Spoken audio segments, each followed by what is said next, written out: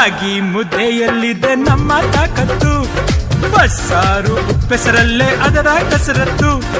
ಮಸ್ತಿಗೆ ಮಸ್ತು ನಮ್ಮ ಭಾಷೆಯ ಗತ್ತು. ಸಿಂಪಲ್ ಆಗಿ ಹೇಳ್ತೀನಿ ಕೇಳೆ ನಮ್ಮೂರ ಭಾಷೆ, ದಿಲ್ಲಿಗೂ ಬೇಕು ನಮ್ಮ ಕನ್ನಡ ಭಾಷೆ.